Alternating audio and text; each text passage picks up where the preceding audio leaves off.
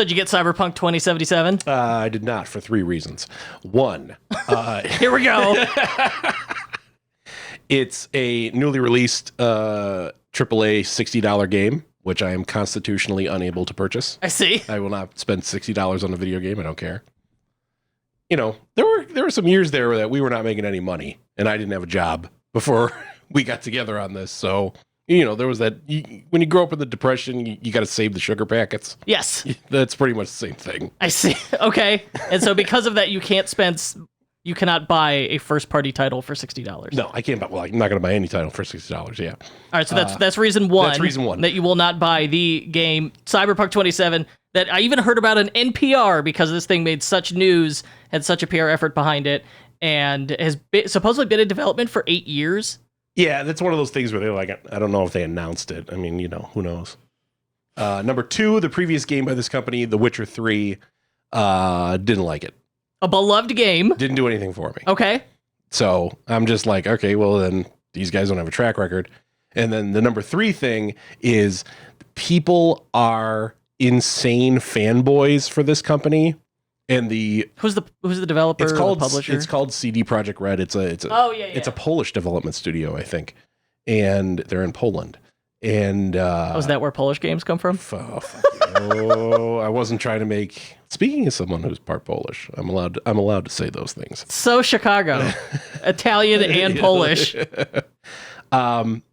They have like this insane fanboy cult that are horrible people that are just like, this company is the greatest company in the world and they're so great and this is the greatest game ever made and they're awesome. You won't even believe how great this game's going to be. It's going to be so good. Everyone else is an idiot. And you're just like, okay, guys, it's a video game made by a company. You know, the culture, I don't blame you for that one because the culture and the fanboys is why I will not admit to loving Rick and Morty. Oh, geez, Rick. They're too weird. Yeah. I mean, why would anyone become an insane fanboy of a large corporation, he says, as he looks around this room and the rest of your house. We have a no Disney garbage rule, and it's slowly falling apart. We got so much Disney crap. Yeah. I got a Disney Christmas tree skirt. There's a Disney castle behind your head. You're declaring it's slowly falling apart now? My wife has a Minnie Mouse headband tattoo. That rule didn't fall apart? That course didn't leave the barn years ago? I'm just saying it would be crazier if we didn't have that rule in place. So there's a lot of just like, you know, PC gaming culture itself is just inherently misogynist and toxic and horrifying. So they do, yeah, they're pretty bad. They're some of the worst, those guys. So. Hey, I don't want comments from gamers, all right? So I'm just like, I don't even want to be involved in this whole situation. So was that all 3 reasons? That was the 3 reasons. Okay. And anyway, the launch was a disaster and the game doesn't work right. And so everyone is like, well, it's because you're an idiot and they're playing it on PS4. Why would you think it would run good on PS4? It's like, I don't know. They sold it to you on PS4? Yeah, there was an expectation there. Yeah, I have a gamer friend. I asked. I said, "Hey, did you get Cyberpunk 27?" And he confusingly said, "Yes, my wife won a copy, but we're waiting to play it until it's better patched." Yeah. Whew. Yeah. That's not a great launch. Well, for they just that took 8 years to make. It was great that they just like. I mean, it was one of the missed launch dates was in like last January, and they're like, "Hey, we can release it right now if we wanted to, but we feel like it's better if we give it another 8 months of polish, so it's the most absolutely perfect game ever made." And then all the people online were like, "Oh my God, they care so much about us." They're just like, what are the people that give a lot of charity money? Philanthropists. There you go. They're like gaming philanthropists for wanting to do this for us. I can't believe it. They're so good to us. And it's just like, it never worked. It was never good or never ready. It's still not ready. They're charging you $60. Still doesn't work. You know, they'll get there though. But hopefully, I don't know. I'm not about to buy a console outside of my VR headset. All right. And also I want to say, as I was, we don't feel that way about Shopify either. Shopify also makes mistakes. Everybody They're does. That's the nature of they're not software. perfect. Sections anywhere. Oh my gosh. So believe me, if Shopify screws something up royally, we'll be happy to tell you all about it. No, I will not. I will not. Never. No, because we had on the Harley on the show last week, Well, Shopify President Harley Finkelstein. That's the reason I brought that up. How cool was that? I don't want to. No, he's not my friend. He's a person I have a business relationship with. I mean, that's fine. I want to be best friends with him. Okay, well. Did you see? Because he provided video too. Did you see his office background? I saw the video. I didn't really scan it for It looks like this guy works in an art museum. That's how I'm like, wow, that's some serious interior decorating. I thought you were scanning it for secret messages that's like, Kurt's my buddy. No, I've not gone full psychopath. That's not. Oh my God. What, you just sit here for 2 weeks, we don't see each other, and you're just in your office like, I did it when you were walking up to record. That's why I was downloading new sounds on the soundboard. You're on the CompuServe WAV files forum. There's some strange websites that you got to get the sounds from.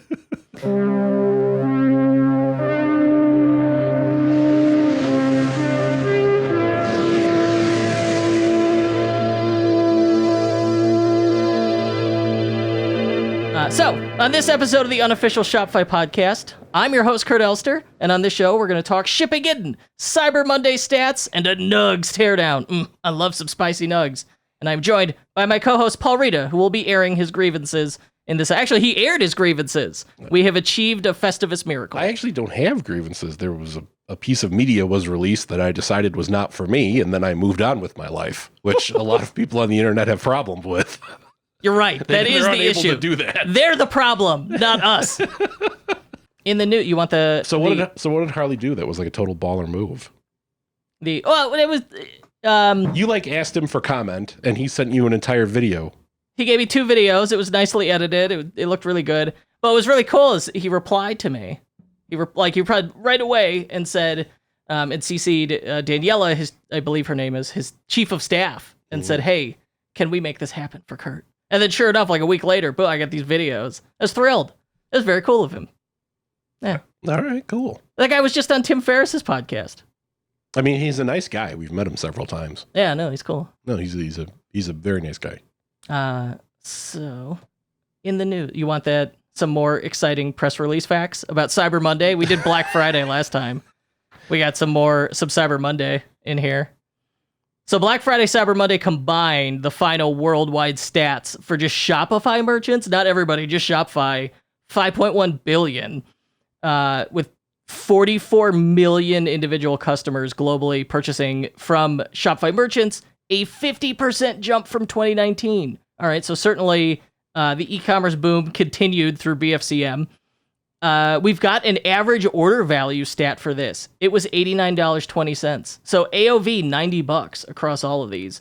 And they even broke it down by country a little bit. In Japan, they had the highest AOV at $106 US. Australia right behind it at 105. And Canadians, 103. And then the US, we brought the average down with 92.80. I don't know, maybe US merchants do more discounting. Who knows? And this one I thought was surprising. Mobile sales stayed relatively flat compared to last year. 67% of sales were on mobile devices versus 33% on desktop, compared to 68% of sales made on mobile devices versus 32% on desktop in 2019. So yeah, that's just a rounding error. Yeah, which so I unchanged. think is interesting to me. I mean, that raises the question of, has the transition to mobile, have we completed it? Did we plateau? Yeah, for the last, however many, since the iPhone probably, since, for the last decade, the share of traffic that's on mobile has just been steadily increasing. So have we reached the limit now? Is it going to be 66-33, the rest of the 2/3 one way, 1/3 the other?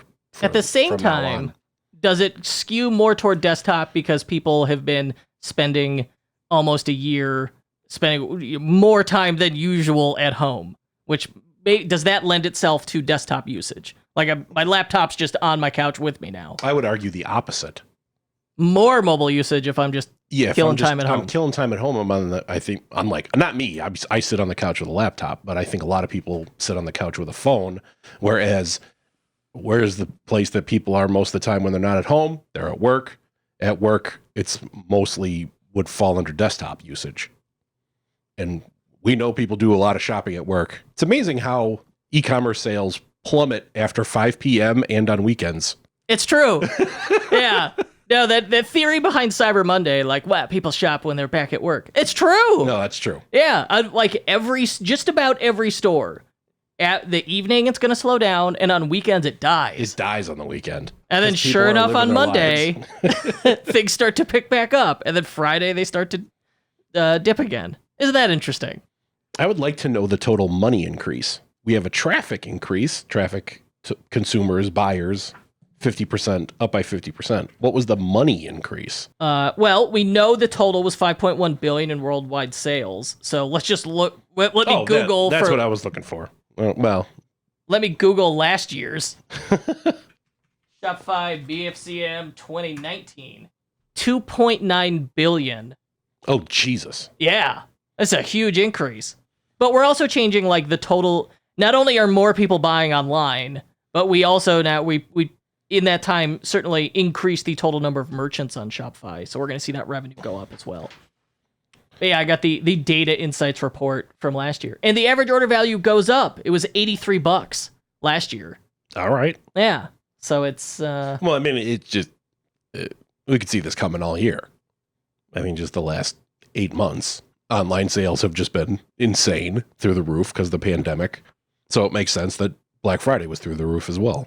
I remember in end of March or early April, we had that one apparel client who cleared out a bunch of inventory through a flash sale and ended up beating their previous year's Black Friday numbers. And that was when I thought, okay, then I was waiting for the other shoe to drop. Today, I'm still a little bit waiting for the other shoe to drop.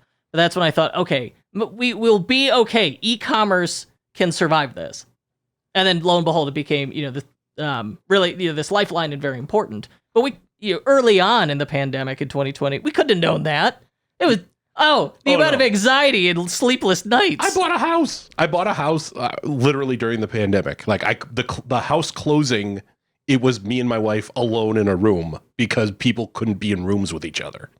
And I'm sure you were like, well, how much sleep did you lose over that? Well, I was just like, well, I used to have a lot of cash. Now I don't. Well, now you have a place to sleep. Yeah, true. You have a lovely home. I had a place to sleep before, and then I also had cash. I'm surprised to hear you say you're waiting for another shoe to drop. What do you mean by that? I keep waiting for. Well, we're seeing double-digit unemployment, and I think a lot of people are waiting for when does the real recession start? I mean, I think. And then, what impact does that have on e-commerce? I mean, I'm probably jinxing us right now, but I think we're really underrating that 2021 is going to be, shit's just going to get better. It's going to be all right. Like the vaccinations are starting. My wife's hospital is starting to vaccinate people next week. My sister's hospital is starting to vaccinate people next week. So vaccines are rolling out. And I think... So by the time this airs, people are getting the vaccine. Yes, yeah, but people will be getting vaccinated in Chicago at Chicago area hospitals when you are listening to this. So I think there's a lot of pent up demand. I mean, I was talking. This isn't e-commerce, but I was talking last week. I was talking yesterday to my wife, and I was just like, we're gonna go to so many goddamn restaurants this year. It's not even funny. Like we're never cooking ever again. I know. I miss haircuts, restaurants, and travel. It's like we're going to steakhouses, we're going to diners, we're going wherever you want to go. And I think a lot of people are just going to be like, let's go, like just losing their minds. I agree, because the idea of doing a second quarantine, stay home, pandemic winter is weighing on me. Yeah. And I don't think I'm the only one.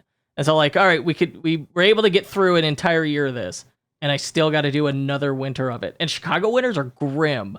It's a lot of gray, just endless gray. Describe Chicago winter. So when spring rolls around and we can leave we've got the vaccine and we can leave our houses again, I think you're right. I think it's going to be quite the insanity. Yeah. So the other way around though is similar to 9/11, people will wait for like some sign that like, okay, things are normal again. Like there's some indicator that says, all right, we could go out, we could travel. Does that happen? Like, do we need something to say it's okay? I mean, I think it's just going to be I mean, I don't know how it's going to roll out. I mean, who knows? Yeah, we're just guessing here. I mean, I don't know how the vaccine rollout's going to go either. Like, are we just going to, when we're done with the first load of vaccinations, are they going to be like, well, you got to wait another 2 months because we got to make more? Like, how's the rollout going to go? And I don't know. I feel like there's just going to be like a moment. Like, I think at the beginning of all this, the moment was that crazy Wednesday. Within like an hour of each other, the NBA canceled itself. Tom Hanks had it, and like something else happened that night too. And everyone was like, "Oh, the pandemic is now." Like that was when it started. I think that was that night. Then President Trump did a national address, or maybe it was the next day. Yeah, I don't think. But there was something. It was I think it was the next day when he showed up on national TV, and I went, "Uh-oh." No, it was the NBA canceling itself and Tom Hanks having it. The NBA canceling itself, that was a scary moment. Yet they were the ones who managed to figure it out. They did their Disney bubble. Well, we'll see how it goes, because I mean, actually the Bulls' first preseason game is tonight as we're recording this. I'm excited to watch it. I haven't seen any terrible Bulls basketball in almost 8 months. I need it. But yeah, so now they're doing not in a bubble. So who knows how long? So I don't know. I don't know if there's just going to be another thing, like, or just it will be the NBA again, that the NBA's like, because there's no, at least I know for the Bulls games, the Bulls are going to have no fans. So I don't know if every team is doing that, but I assume they are. Will there just be I assume the league set the rules on that. Well, the NFL made it individual team by team, and it's like based on what the local rules are. Oh. So who knows? So who knows? But I mean, if it's a league-wide thing, then the day that Adam Silver comes out is like, guess what? Everyone can come to NBA games again. Like, I feel like that would be something. Isn't he the guy who looks like Nosferatu? He does look like he's like a cross, but he's like if Nosferatu had a baby with a gray alien.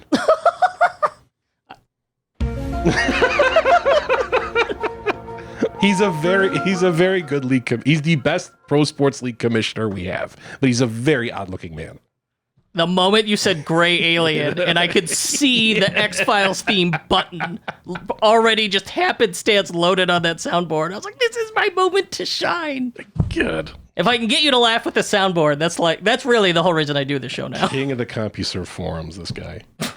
But anyway, yeah, so I don't know. I think next year we're going to be so dead, too. We're so dead. I'm just sitting there going like, I think 2021 is going to be a good year. We're fucked. You really doomed us, didn't you? We're just like, okay, well, that volcano exploded.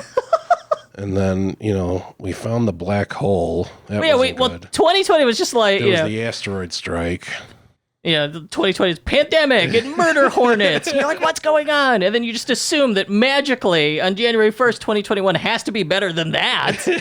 Well, we thought that in 2019 too. I know. We've been thinking that for the past 5 years or so. Yeah. Oh, this year will be my year. It's like David Bowie and Prince died, and then we were like, this world's just fucked since then. Oh, they kicked it off? Yeah. I see. Yeah, David Bowie went back to his home planet.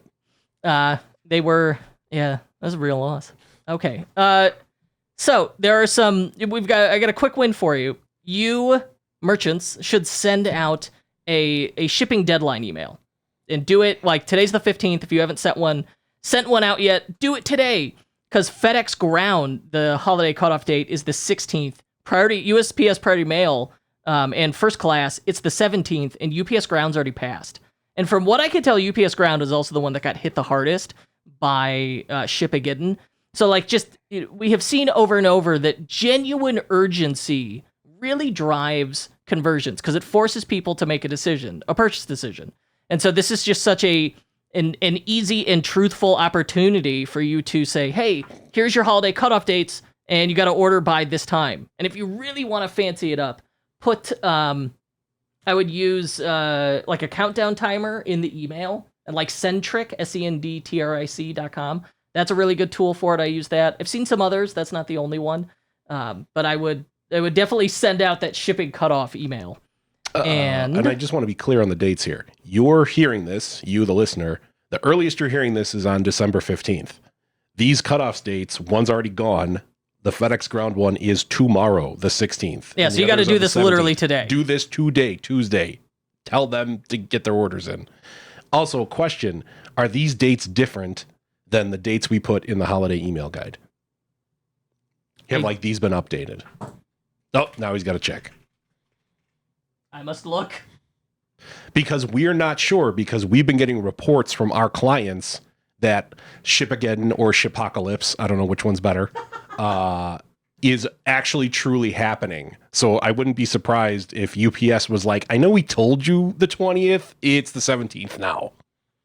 This is... And we had like the 20th in the email guide, and it ended up changing. All right, so the email guide was more for aggressive. UPS. It was December 11th for UPS Ground, and the updated date is the 13th. Okay, so but it could also be like, I don't know what zones these are referring to. Like shipping from Chicago to New York is different than shipping from New York to California. Oh yeah, okay. And it's like one of the rules is like if anytime you got to go over the mountain either way, that increases cost and time. It's a mountain rule. Yeah, the mountain.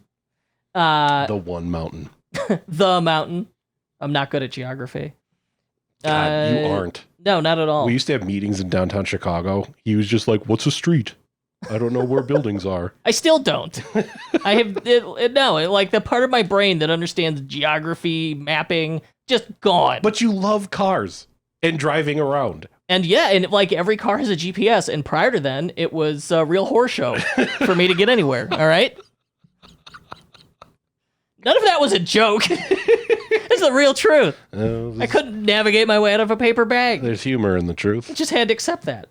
No, so these are updated dates. Okay, cool. Yeah. So the dates did change. However, they've gotten better. Yes. It appears, by like 1 to 3 days, depending on the carrier. But yeah, so stuff's bad out there, man, in terms of the shipping. So there was this thought that like, well, Shipageddon, is it fake news or is this going to be a real issue? Because certainly we've heard this about e-commerce earlier this year, and yeah, they were taxed, but they weren't. The system did not fall apart, and and then the fear was, okay, well, if it's already at its breaking point, and then we've got Black Friday on top of that, what happens? And a guy with a blue check mark on Twitter, I forgot his name, said something very smart. He said, well, picture the metaphor I use is the shipping and logistics is a snake, and on Black Friday, Cyber Monday, that snake just ate a pig. Now we need to know, just ate it whole. Can the pig get through the snake without killing the snake? I think that's a wonderful, delightful. Everyone's seen that image. Like you get it. You could picture it. So what it sounded like these carriers did is they said, hey, they added a ton of people. They really beefed things up. They knew this was coming. They also set shipping quotas to try and keep the glut out of the system. Like there's a finite amount of space in warehouse distribution centers and in these trucks. And so I'm sure many people noticed the national news where they said, oh, well, UPS said, went to like, it was either UPS or FedEx, I don't remember, was going to major retailers like Nike and saying, hey, we're capping you to a few hundred packages a day. What? What are you going to do? And we had that happen to one of our clients. So we experienced this firsthand. We had several clients where they said, hey, you're capped at, and it was a number, it was like 100, 150, or 200 packages. And one client in particular said, and we're gonna try and call him and see if he'll talk to us on the record about this. It may not work. And actually, you want to just call him and see if it'll... Well, we'll tell the story, and then we'll see if he'll confirm or deny it. Okay. So yeah, FedEx came to them and was like, hey guys, you get 200 packages a day. That's it. And he was like, we have 4,000 right now. Yeah, it was 4,000 like picked and packed, ready to go on their dock. And then they had another 3,000 waiting to be picked and packed. So they like those orders were placed. They knew they were going to go out the door. And then you have FedEx show up and say, "Oh, sorry, we can only take 200." Yeah. And they were adamant that they're not going to take more than that. So what you currently have, we'll get to it in 3 weeks. Yeah. And they said, well, don't worry, we're adding more capacity, so we'll get to it. You just have to trust us. And they freaked. What are you supposed to do? Well, so they were even like, can we rent a truck and take it to your distribution facility? And FedEx was like, no, we'll just lose it because you're breaking our tracking well, you're breaking the system. Yeah. And they flat out were like, we don't think we have the space. Oh my God. Now, after, I don't know if this would have happened without gnashing of teeth, but the following Saturday, FedEx showed up with a 20-foot trailer, picked everything up. I want to know how they pulled that off. Who got called and yelled at, and who did the yelling to make it happen? And this, that's one isolated client. What happens if you can't complain enough? Yeah. But from what I've heard, it sounds like FedEx struggled the worst, UPS the second, and USPS surprisingly did not seem to struggle too badly. And have you been shipping stuff? Yeah. And what kind of delays have you seen? None. I mean, I bought, two of the, my wife's birthday is December 12th, just happened. And obviously Christmas is coming up. So you just kind of buy all your gifts for her in one solid glut. But yeah, I had a FedEx package and then something I bought from a Shopify store that I think came FedEx, and then 2 things from Amazon. But those all came within a entirely reasonable amount of time. So and I've experienced the same thing with there was a handful of exceptions. Like my wife bought packing tape she bought tamper-proof stickers. It was like a tiny roll of tamper-proof stickers. And they UPS was like, this is rescheduled. We lost it. It's undeliverable. And then it eventually did finally show up. So our worst case scenario has been a package gets delayed 1 to 4 days and then arrives. And then what I've seen is the typical delay seems to be 2 to 4 days. So the stuff's moving, it's showing up, and it only got delayed a little bit. I think that's a win. I mean, as long as they could get it through, as long as people get their Christmas presents before Christmas, we'll be okay. All right, let's see if we can get this gentleman. If we can get Client X, Mr. X, on the phone to discuss his experience. Oh, we got to run his voice through the modulator. Okay. It's Kurt. I'm here with Mr. Paul Rita. We're actually recording a podcast right now, and we want to know if you would talk on or off the record. We could modulate your voice, make you sound totally anonymous about your FedEx experience. Yeah, I could be America's Most Wanted or something. Yes, exactly. I think the cell phone muffles it enough. Okay, great. Well, yeah, I got a few minutes. Sure. Okay. You caught me right in between calls. So, perfect. What do we got? What do you want to share? So, tell me what. So you switched to FedEx this year as your shipping carrier, right? We did. We were predominantly with UPS. Switched to FedEx in April of this year. Okay. And so they had not done a Black Friday with you before, but you have several Black Fridays under your belt. Did you give them projections? You said, hey, here's how much we're going to move. We did. So leading up to the fourth quarter, we try to meet with all of our key vendors, different suppliers, FedEx being one of them. And we say, hey, based off of prior years, here's the number of orders that we anticipate receiving on certain days as well as weeks.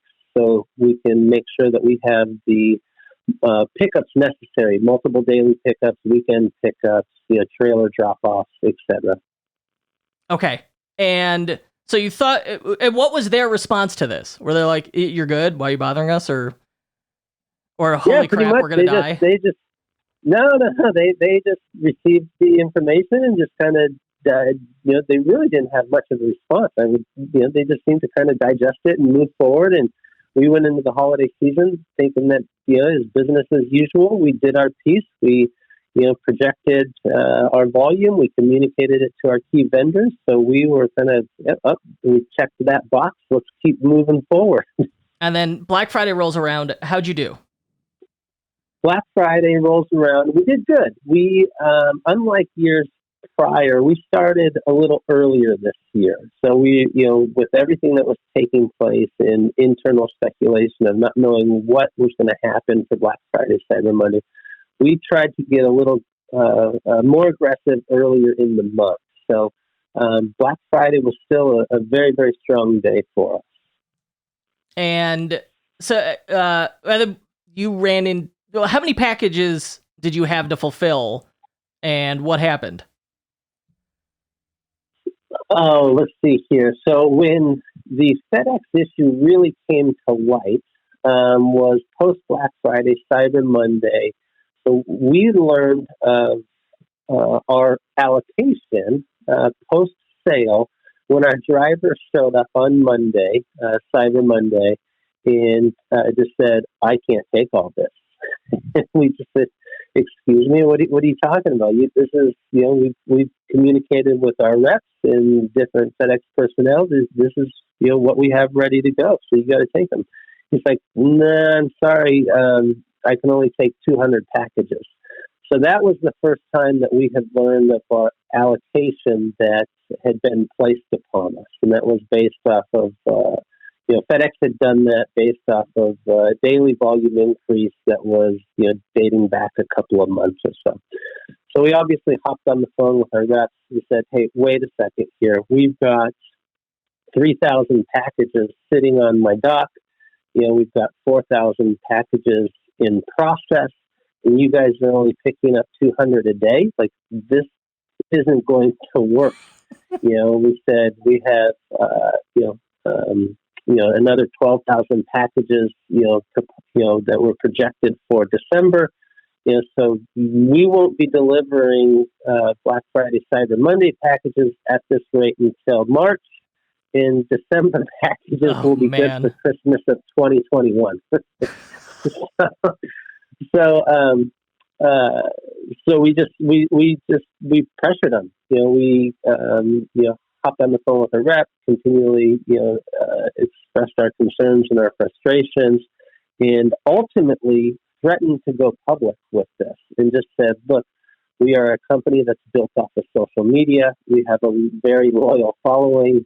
We're not doing this as a threat, but what we're going to have to do if we don't see movement and see pickup is we're going to have to go public from a customer service, public relations standpoint to say, hey, the carriers are experiencing delays they've never had before." So, thankfully, FedEx has responded and has started to send us trailers, 20-foot trailers on the weekends, so we can load up all of our goods and get them out. So our daily pickups, the allocation is now at 400 moving into next week. So it's great. Still, doesn't even come close to taking a third of the packages off our dock that we're processing a day. Whoa! But it is relieving some of the daily strain, and then at the end of the week on Saturdays, Sundays, they are sweeping by and picking everything up. And so, will they have? Will you make it? Will you get all your packages delivered before Christmas? We will have them processed and ready to go in a timely manner. Whether they're delivered, unfortunately, is beyond our control. So FedEx has come back and has said, "Hey, ground delivery, we need to bump up the date, that we would guarantee, Christmas packages be delivered by that date." So we will have them processed. It's kind of, it's passing the baton and praying that this carrier will deliver them to all of our customers on a timely basis. What do you think the sane shipping cutoff date is? The sane shipping cutoff date? I would say if ground packages aren't done by, I would say, the 15th, Tuesday, then we're now at risk of them not being delivered. Okay, so it's by Christmas. And speak of the devil, FedEx just drove past. I just saw him out the window. Okay, so you're operating with 15. Like the order's got to be placed and out the door by today, Tuesday, December 15th. Yep. Okay. And then beyond that, the package, is at risk. I would say we're West Coast based. So I'd say the packages locally, I'd like to believe are still okay. But anything on the East Coast or internationally would be at great risk of being delivered before Christmas. And do you think, in addition to just the sheer glut of packages, the volume of orders, do you think COVID-19 has thrown a monkey wrench in the works? Has it complicated things more so? Absolutely. Yep, I think. What's been your experience, or what have you heard, seen? Well, I think that people are being more cautious with the amount of seasonal. People are being more cautious with the amount of seasonal team members that they're bringing in. And so that there plays a significant role in it. If you are experiencing growth and still have a high volume number of orders that need to be processed, but you're doing that with fewer individuals, that's just going to create a strain. And that's not just for the companies or the makers, but also the freight forwarders, the seasonal trucks that are available, the planes that are available, etc. And if you were to, we'll end on this, if you had to give any advice for okay, here's how to try and be safe and sane about COVID in your warehouse, this is what you should do. Well, you got to listen to the guidelines, right? So we as an example, we have limited our staff numbers. We aren't bringing in seasonal labor that we're not familiar with. The seasonal labor that we had brought in early in the fourth quarter, we are testing them to make sure that they are healthy on a regular basis. We are taking their temperature on a daily basis. Everyone is wearing masks consistently. We're making sure that we can keep the 6 feet distance amongst team members. We've implemented more of a relay process from a pick, pack, scan, ship environment. And so we are just trying to take all necessary precautions to, one, get our job done, but more importantly, keep everyone safe and healthy. Okay. Excellent. Excellent feedback. I appreciate it, Mr. X, and we'll make sure you get the Unsolved Mysteries treatment here. All right. Thank you. Well, thank you very much. All right. We'll talk soon. Stay safe. Boom. All right. Anything else on Shipageddon, anything before we move on to a spicy teardown? I want a spicy teardown. Spicy teardown.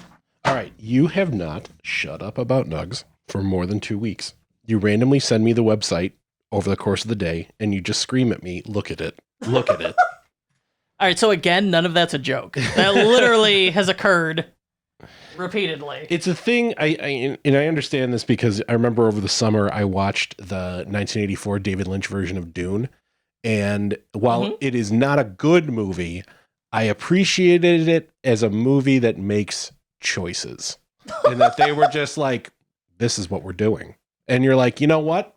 A lot of paint by number stuff, all that Disney Marvel shit. It's kind of all the same. It's like you're just going to get the standard B grade thing. It's just going to be a B. Everything's just going to be a B till the end of time. But the David Lynch Dune is kind of like, what if we tried for A++?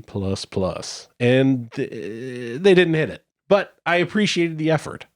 And I feel like that's the thing with Nuggs, is that it's just like they went for it. They did go for it. They really went for it. Bless them. Okay, we are. So my thought here, I brought this up to Kurt when I came in. We should just do these on the phone. I agree. Because that's where 90% of the traffic is. Well, we just had the stats on it, and it's the majority. Yeah. Well, it's the majority of the sales, but as we've talked about before, it's 66% of the sales, but it's really 85% of the traffic. Right.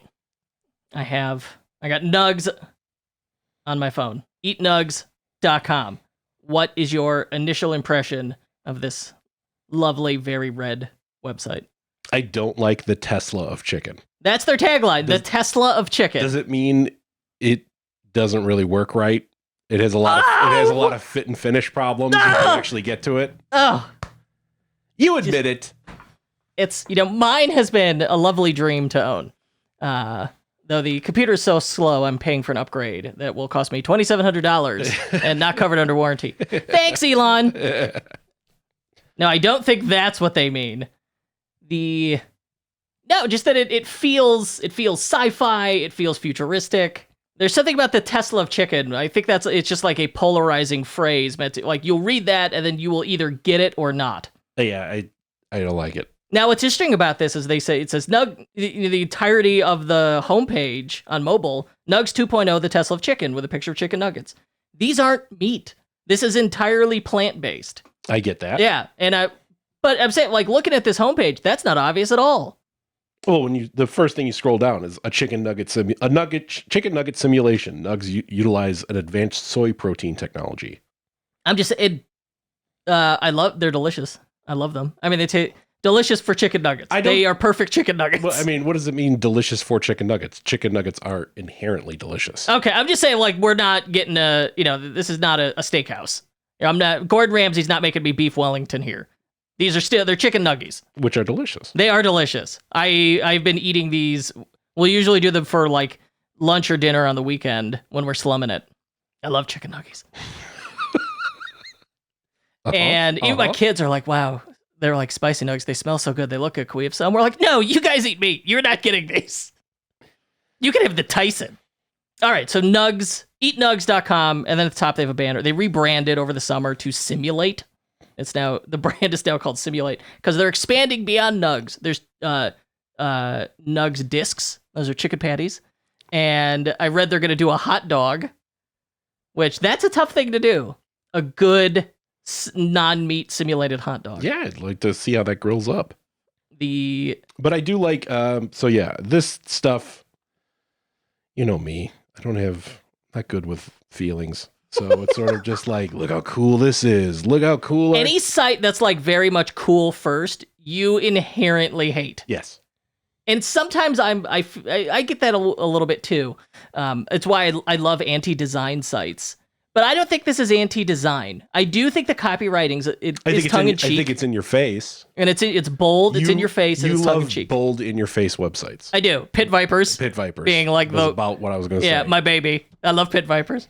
So, all right, Nuggs 2.0, the Tesla of chicken. You're going to land on this, and you're going to say, oh, that's interesting. And it was probably recommended to you by someone who heard you're like vegan or pescatarian, whatever, and they said, well, you should check out Nuggs. I love Nuggs when I'm slumming it. And I love on mobile, they have, the site uses animation very well. There's a little bit of animation going on here. They've got this like kind of monochromatic color pattern that makes it feel very futuristic. And I think that fits that like Tesla of chicken tagline. And then they have, which I think is clever because they're really optimizing for like this one product at the moment. It just says they've got a buy now sticky button. And they do have a sticky header, but it's fairly minimal.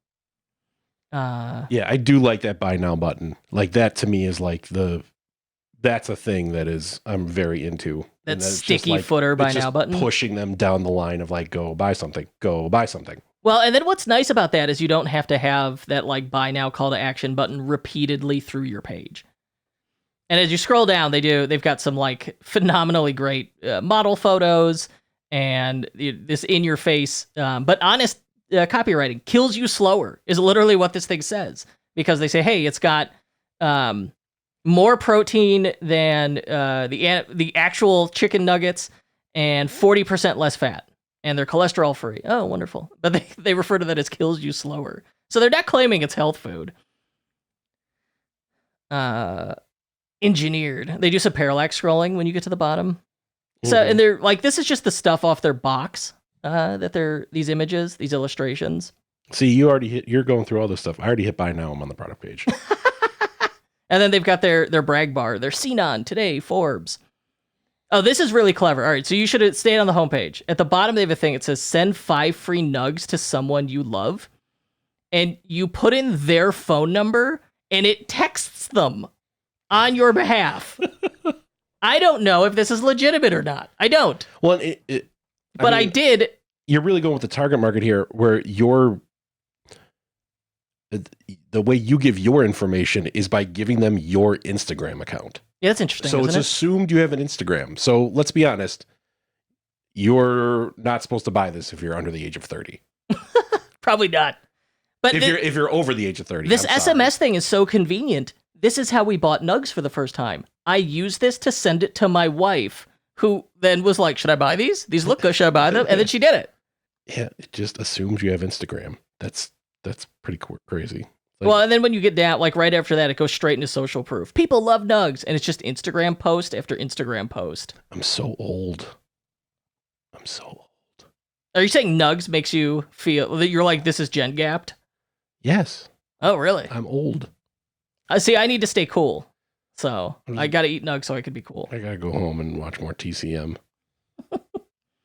And then Nuggs are always improving. Here we go. Nuggs operates like a software company. Nuggs are continuously updated by our team of food scientists and engineers. We take user feedback, areas for improvement, and then they refer to that as the latest software release of the Nuggs. Latest release, Nuggs 2.0. Nuggs 2.0 includes fixes and improvements.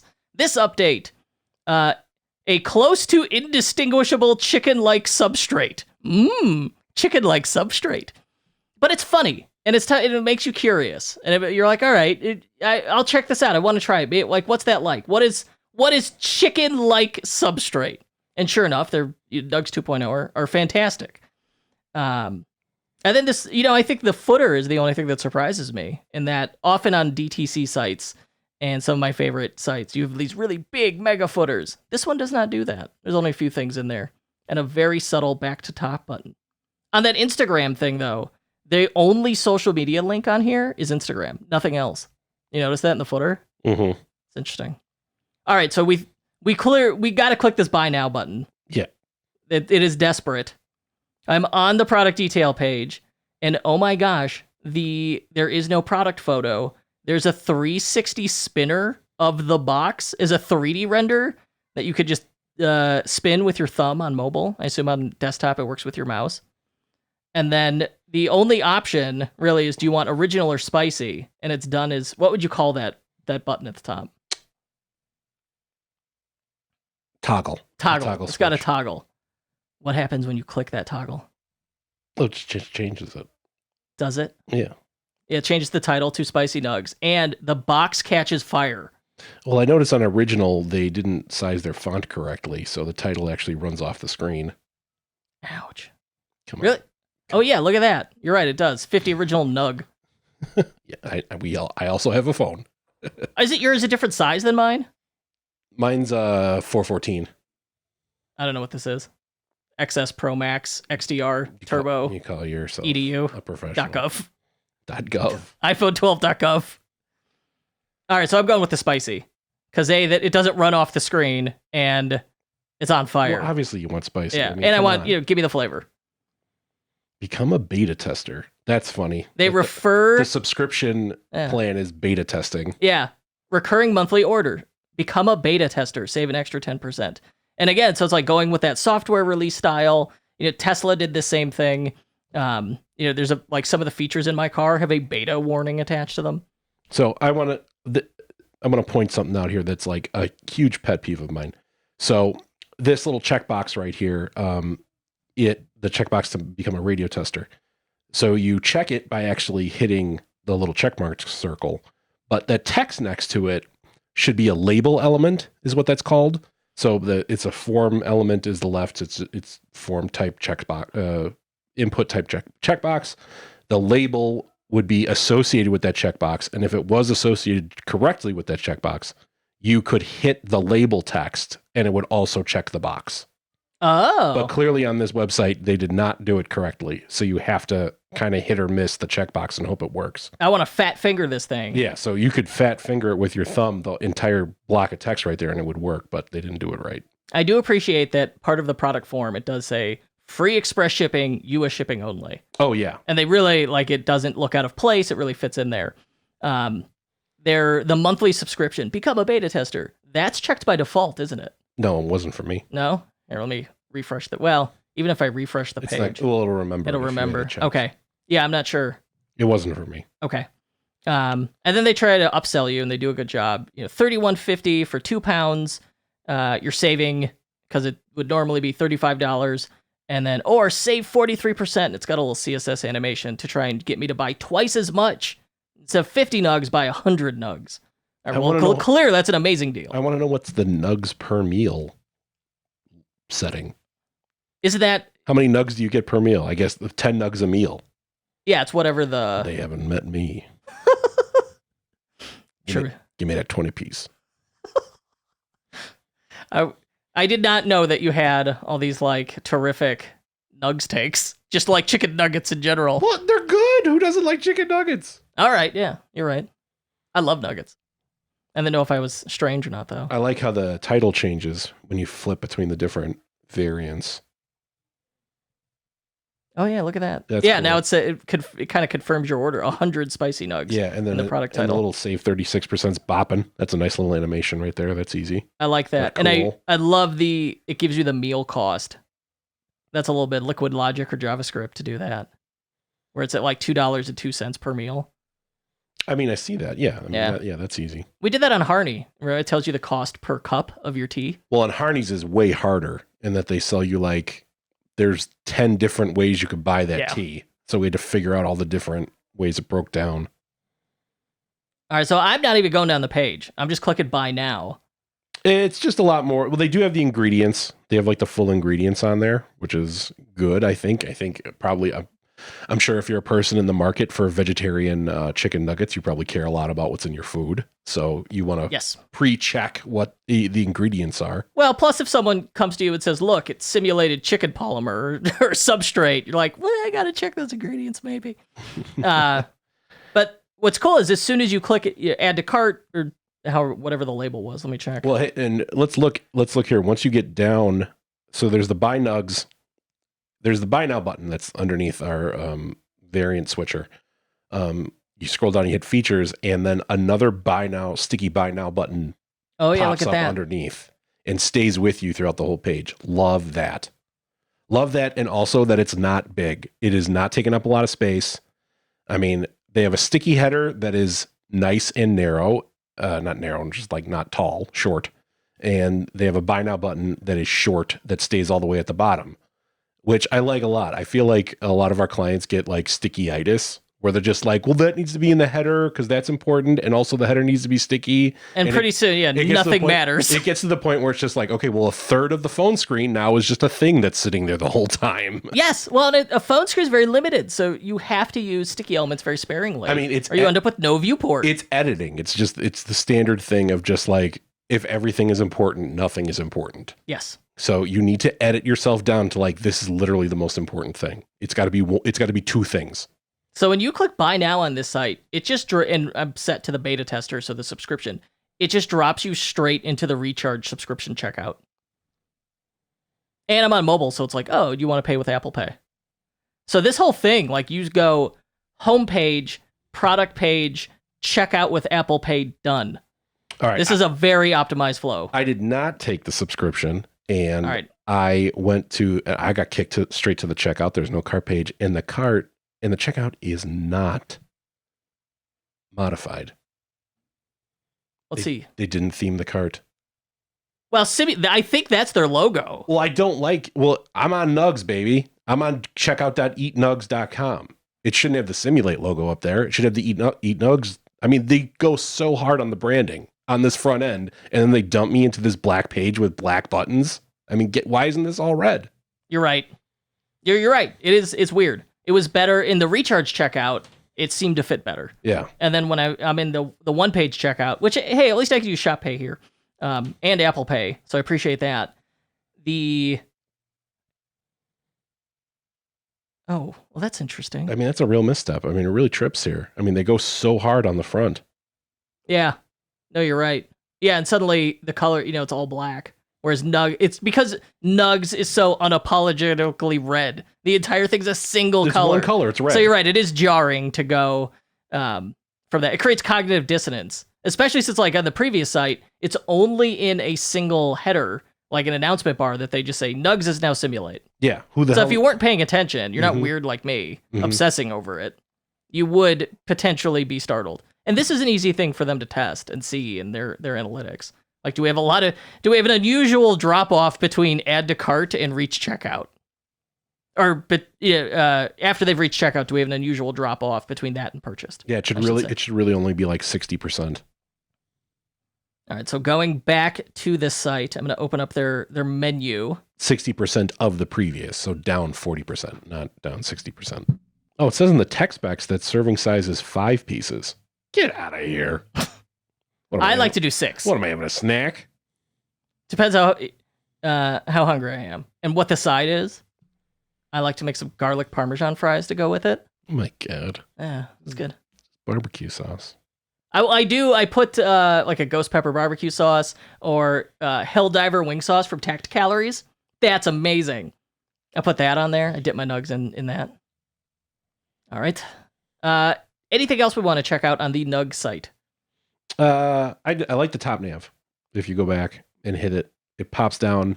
It is very nice. It's very responsive. It's got 4 things. What is the difference? Product takes you to the product. Okay, what's releases do? Oh, release notes. It's the release notes. But buy a box. Oh, buy a box takes you to the checkout. Wow. What if I had nothing in my cart? Interesting. Check this out. There's no cart. How do I edit my cart?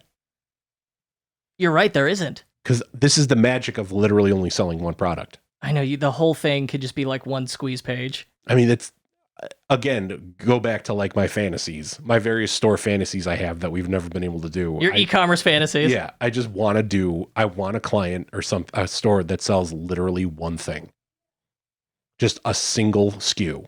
And just optimize it so hard. But that's a tough business model to have.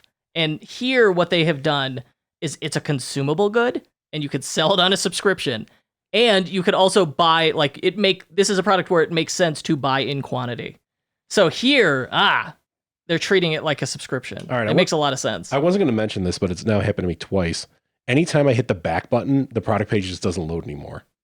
Ooh. Because they're trying to get so cutesy with all their freaking animations and all their little boppins and stuff. They're boppins? Yeah. A technical term. You know. I just feel like whatever trigger they have to trigger the animations is just like not working, or they're using some library. I was able to replicate the issue as well. Yeah. Anytime you hit back on the Nuggs site on your phone, the site breaks. Huh. Yeah, now you're right. I went forward, back, and now I'm scrolling through it, and my 360 spinny box is gone. The whole thing's gone until you get down to the reviews, which I'm assuming are just like static. Well, for me, the stuff was gone, and then I started to scroll, and it appeared, but I never got the product box. I'm telling you right now, because the space is all there. Like, you could scroll down, so the stuff is there. It's just at opacity 0, and it's not triggering the little cutesy animation to have it fade in. This is why I always avoid, as much as I love fade in animations, I avoid them because they break like this. I hate fade in animations, and I hate when you're scrolling down through the page, the little animations, because in my mind, they trigger too late a lot of the time. Like, you're scrolling down and you're like, where the fuck did all this stuff go? And then like the middle of the page is like gone, and then all of a sudden it pops in. Yeah. No, I know exactly what you're talking about, because I've seen it many. Well, just scrolling through the homepage, it did it, where it's just like blank space, and then the release notes popped in. It said just load it in advance. And then you don't have that issue. That's how I use. I like to use those animations sparingly. Anything else we want to look at on here? I mean, I guess that's it. They only sell one thing.